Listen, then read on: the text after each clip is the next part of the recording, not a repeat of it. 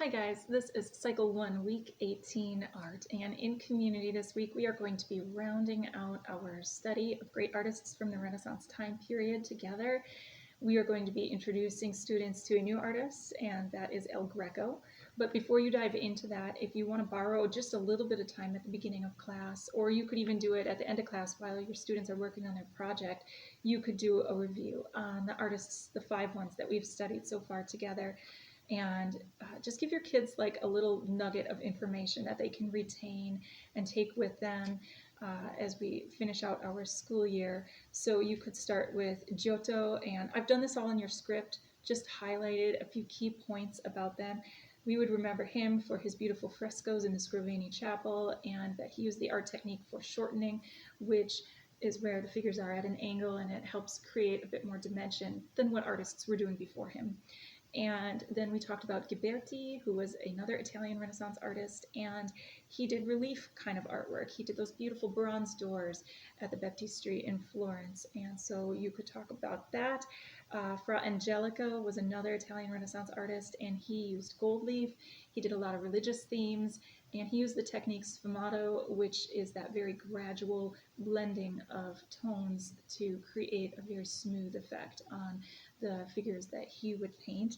We also studied Dürer, who was an artist from the Northern Renaissance, and so he was a German painter and engraver, draftsman, writer. He was really prolific in all the things that he made as well. He had the very intricate, detailed woodcuts that he would make prints of. And then last week we did Michelangelo, who was a high Renaissance artist. He was Italian as well. He is the Renaissance man. He did so many different things in his lifetime, but remembered mostly for his sculptures and his fresco painting at the ceiling of the Sistine Chapel. And so you could remind your students of that. Again, this is optional, but if you decide to give your students just a very quick review, you could do that either at the beginning or at the end of class. And then we get into our artist for this week, which is El Greco.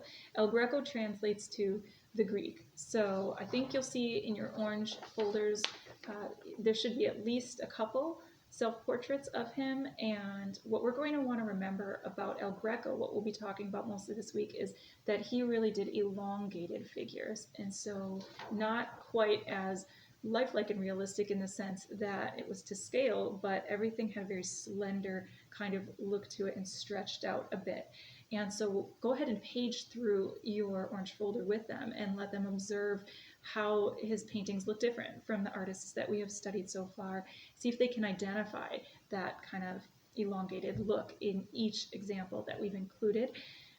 Something interesting about him, okay, so he's called El Greco, the Greek. That's because he was born in Crete, but then he moved to Italy, and he was hoping to expound on his art career there to really take off, and it just didn't. I think he was there for about 10 years, and he eventually moves over to Spain, and it was there that he started gaining the notoriety that was needed for his name to get out there, and he was recognized as an artist more in his time spent in Spain. So he's remembered as El Greco, the Greek, but he really was successful in the years that he spent in Spain. And his full name, this is in your script, you can try to take a stab at it. I am not very good at Greek pronunciation, but you guys can try with your class, or you could even write it down on a piece of paper and see if your kids want to give it a try. It's Dominikos Theotokopoulos, I think, something kind of like that. It's much easier to remember El Greco, though, the Greek, than such a long name. But yeah, talk about his elongated figures. You could even mention that he didn't really gain the kind of recognition that he has now until centuries after he had painted. It was in the 20th century that his artwork resurfaced and started getting talked about more in the art world. His artwork may have been a precursor to Expressionism and even Cubism. It's believed that he may have been an inspiration to Pablo Picasso. And if you do bring that up, maybe ask if any of your students, if they're familiar with Picasso's work, what similarities would there be? Well, Picasso often would do these distorted kind of figures as well, and he used a lot of cool tones, blues and greens and such, and that's also what El Greco really leaned into. And if you go through your orange folder, you'll see that. He definitely favored those cooler tones. So those are the facts about him. And then in your script, you're going to see an explanation of how we're going to do this activity.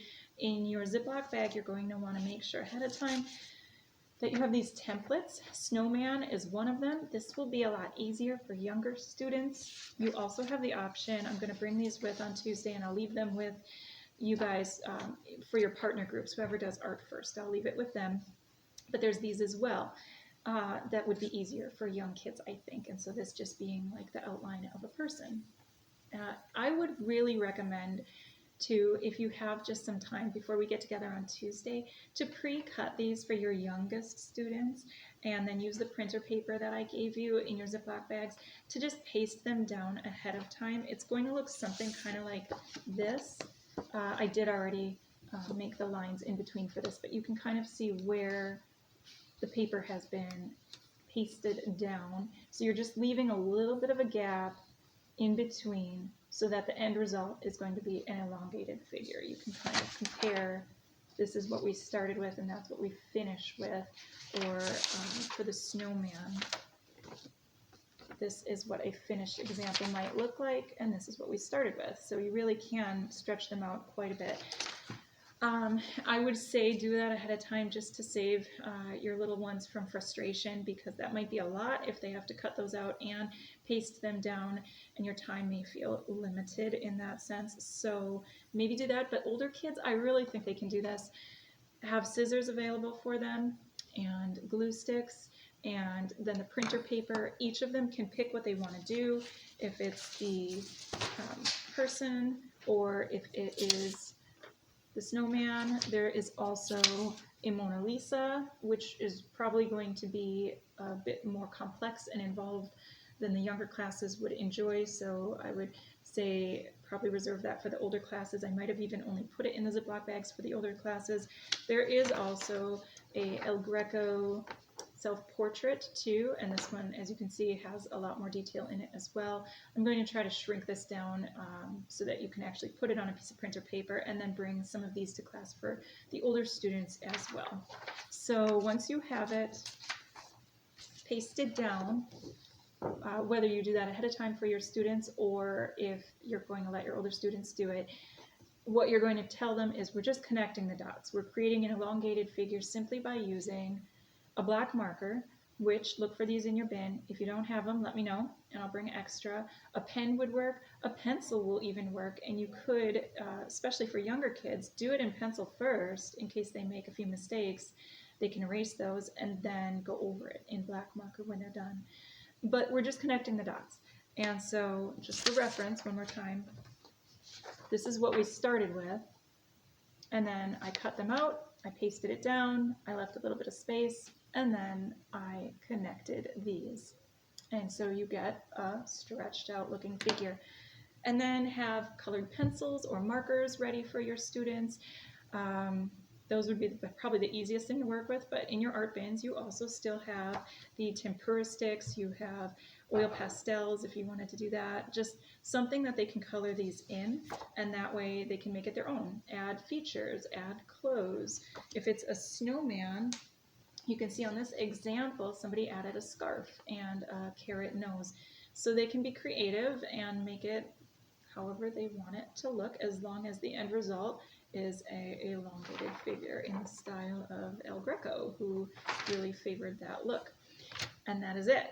And so again, you could be talking about the review of artists at the end if you wanted, while your kids are just kind of busy working on this. That works too. Or you could just kind of shift to, what have you guys enjoyed the most about studying these great artists? Which out of all of them have you been the most interested in? Whose artwork did you think looked the best, and why? Just give them some good open-ended kind of questions to work with and have fun, because this is the last week we're doing great artists, and then we're going to be going into orchestra and composers. Let me know if you have any questions, if there's anything missing from your Ziploc bags, bins, or orange folders, and I will make sure I get it and bring it to community on Tuesday. I hope you guys have fun. Thanks.